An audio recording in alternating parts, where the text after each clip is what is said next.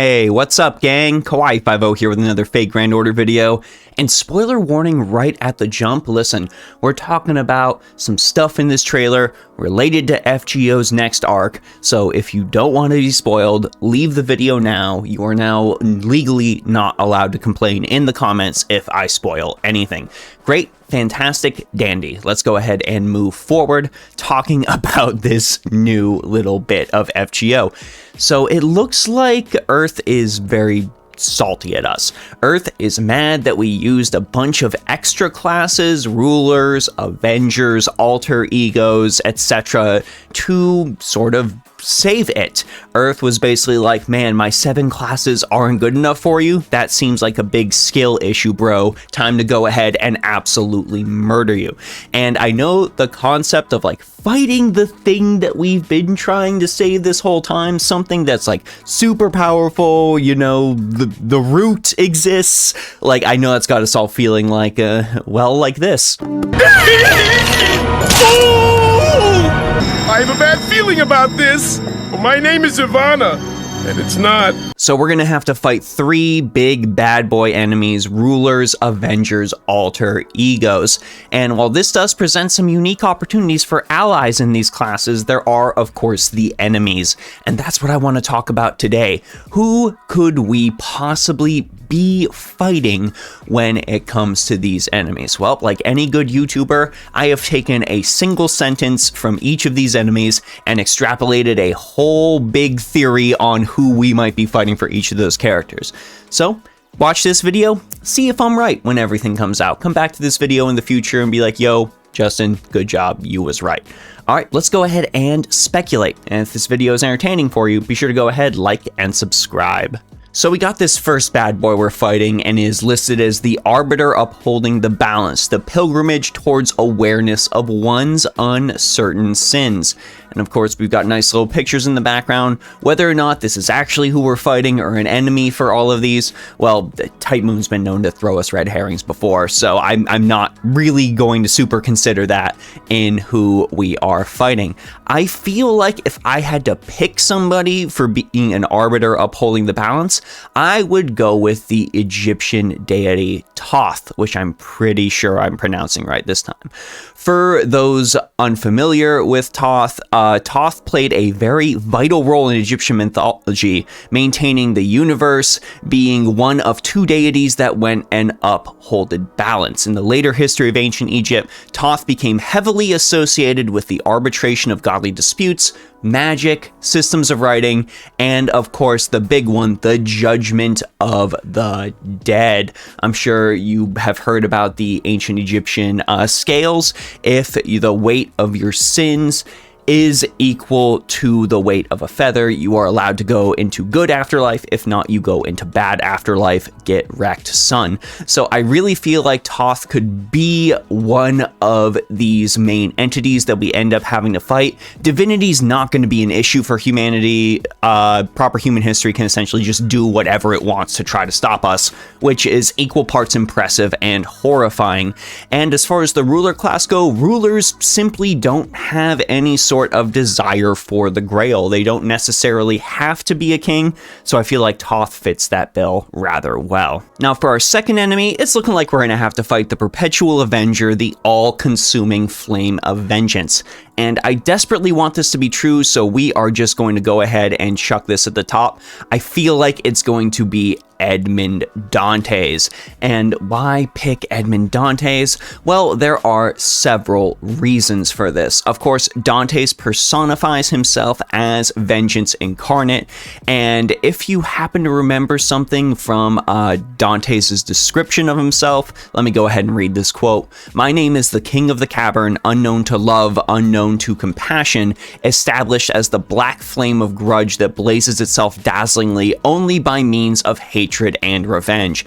Nothing but an avenger who rages until he turns everything to ashes.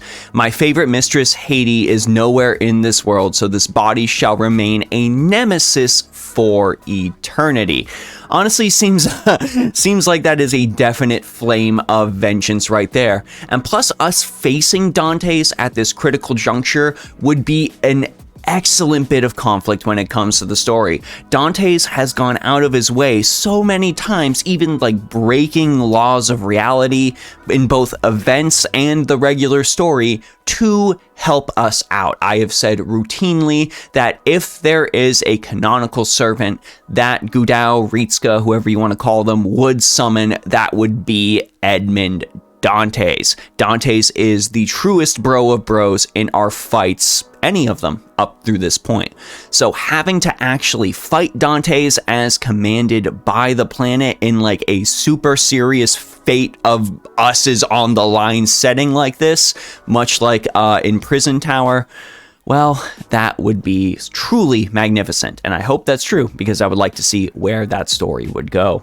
And the final thing we have to fight here is going to be an alter ego. The personality split off from the ego, the confrontation with one's inner self. Now, I'm going to have to throw some psychology at you, because I feel like this means we are going to end up fighting the id itself. If you have played cult classic PlayStation 1 RPG Xenogears, you know how utterly horrifying this entire concept is. Now, there are three parts of the personality in Freud's psychoanalytic theory: the id, the ego, and the superego. The id is the primitive, instinctual part of your mind that contains your sexual and aggressive drives and your hidden memories. The superego is developed later in life as you interact with people. It operates as your moral conscience, and the ego is the part of your personality that mediates the desires between the id and the superego.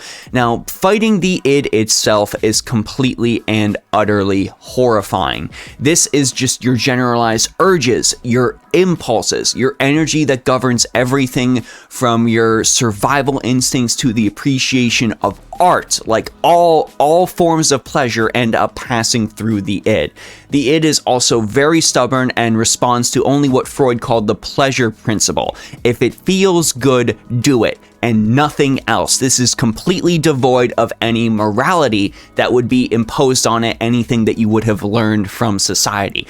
So fighting pure primal instinct, pure desire to only do things that make the self feel good, fighting something that is completely oblivious and doesn't care about anything around it if it doesn't directly affect it, why would I give a damn? That whole idea, that's scary. That is utterly horrifying and could honestly probably give us one of, if not the most challenging enemy we have faced thus far, especially if the id itself is able to affect our own id as a master, cause us to do some very, very questionable things. That's bad. That is unfortunate. And I've got to say, if any of the predictions I have made in this video are right, I hope against hope that it is this one.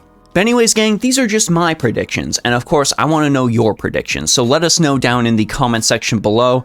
What do you think we might end up fighting as either of these three pillars to punish us for using the extra classes?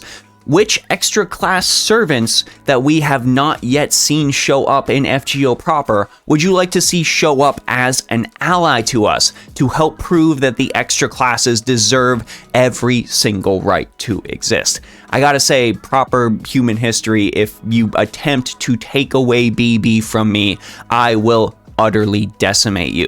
And with mentions in the background of Sakura and Ronnie, we might be seeing some Moon Cell characters show up to help us in our fight. If you want to talk more Fate Grand Order, of course my Discord server is always open down in the description below. Big thanks to patrons on Patreon, subscribers and followers on Twitch, and of course all of you here on YouTube for giving me the motivation to continue making these videos. I gotta say, I'm really excited for this turn the story has taken, and I'm happy to share that with all of you.